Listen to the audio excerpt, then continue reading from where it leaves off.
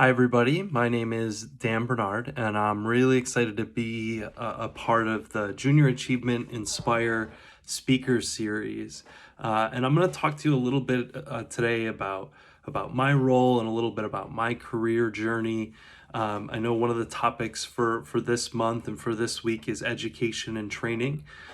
So before I kind of dive into my journey, I want to tell you a little bit about my role and what I do in education and training. So I work for Citizens Bank. You've probably seen branches around in the Western New York area. We have a pretty big presence. We're headquartered in Providence, Rhode Island. And my role here at Citizens is that of a training director. So currently, I support our business services function, and you want to kind of think of that as, all of the support functions for the branches that support our customers. So I support our technology services department, which is probably our biggest area of business services. They're responsible for building out the web applications, our web page, and keeping all of our branch computers and colleague computers running. I also support our enterprise data organization as well as our cybersecurity organization.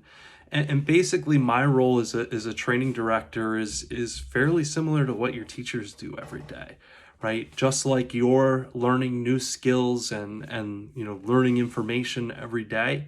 When you get into the workforce, I have news for you, but school does not always end. You're always learning new skills, new capabilities in the workforce.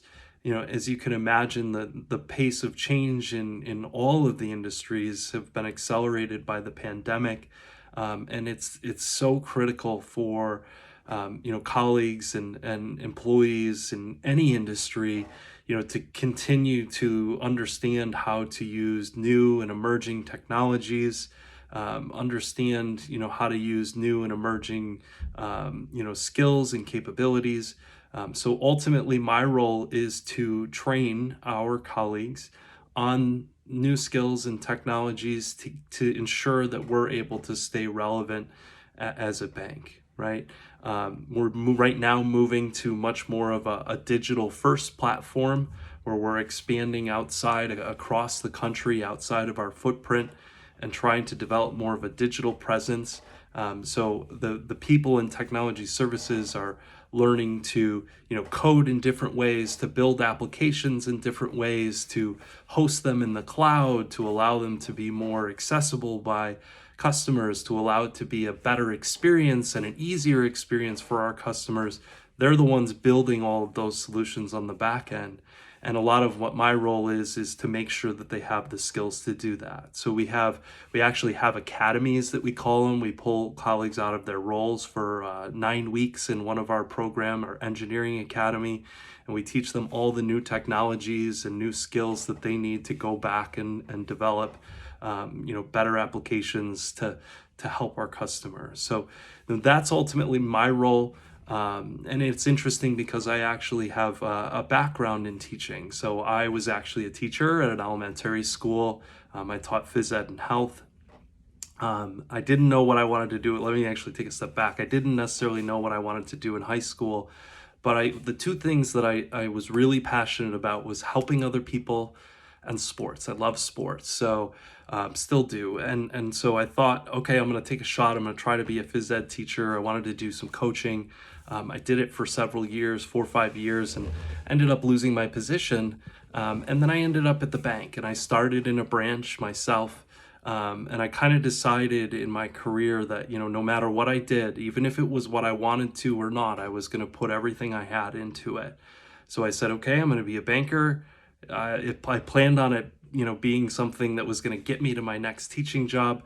But it turns out that I went through the training and I loved it. And I said to the trainer, how do I do this? How do I become a trainer? How do I get into learning and development?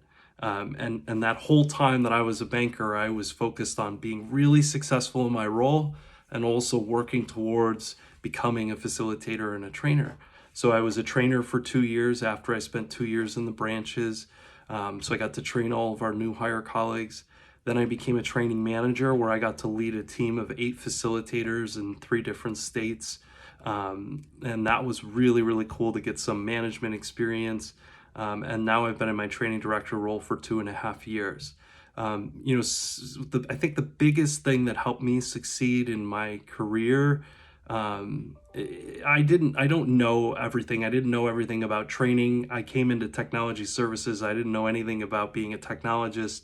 The biggest thing that I've done to be successful in my career is to show up, right? So, and I mean show up by, putting everything I have into the roles that I had, trying to learn as much as I can, asking as many questions as I can, always being over prepared for everything that I did.